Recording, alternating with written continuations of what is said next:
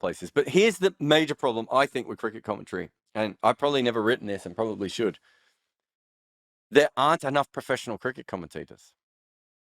So if you think about it, if you're Tony Romo in the NFL or Gary Lineker, right? Or Gary Lineker doesn't commentate, but whoever the former England players are who commentate, right? They spend 6, 7, 8 months of the year working on being a commentator, knowing that that's their job, planning for it, and commentating, right?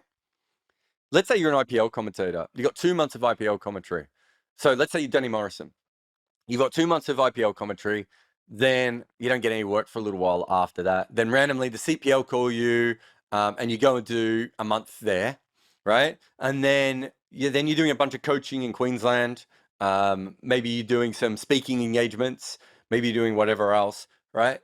He's not a professional commentator. He's a person who's finding all these different ways to survive and occasionally doing commentary, right? That is what cricket commentators are. Most of these guys, when they come in, and trust me, commentating is not, it's really hard. I had to do it yesterday. Last minute call up because a couple of people weren't available for TalkSport. They called me in. On Thursday, I'll be, when most people are listening to this, I'll already be on SEN commentating the New Zealand-England series. Having not commentated for a while, you need that pattern. You need that. You need that little bit in, and you also need to be able to have done the preparation. I probably wasn't very good on TalkSport yesterday because I didn't know I was going to be doing West Indies Netherlands until literally the night before the game. I couldn't do all that research. So yesterday was probably a very poor day of commentary from me because of that. Luckily, it rained a lot, so I could just waffle on about normal stuff that I knew. But as far as the players go, I had a pretty good idea of the West Indies players, but there was a lot of young Netherlands players that I wasn't even expecting to be playing. So I didn't know much about them, and I couldn't add as much as I would have liked to have added. So these people aren't working on it in the same way that football commentators are, because a lot of these football commentators are contracted for long periods of times, and American sports commentators. So we have this period where you basically have even the best commentators in the world, or the most famous commentators in the world, are part-time, right? And I think you can see a real difference with Simon Doull and Ian Bishop, two guys who have managed to do a lot more commentary than others.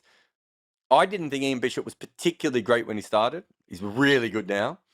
I didn't think Simon Doull was particularly great when he started, and he's really good now. And if you go back and watch the Channel 9 footage from the early 80s, it's not very good commentary. It takes time to get good at this, and you need to know it is your job. Those Channel 9 guys knew that they had 3 months of the year where it was their job, and it became sort of the center of their universe a little bit more. A lot of the IPL commentators don't even know if they're going back next year.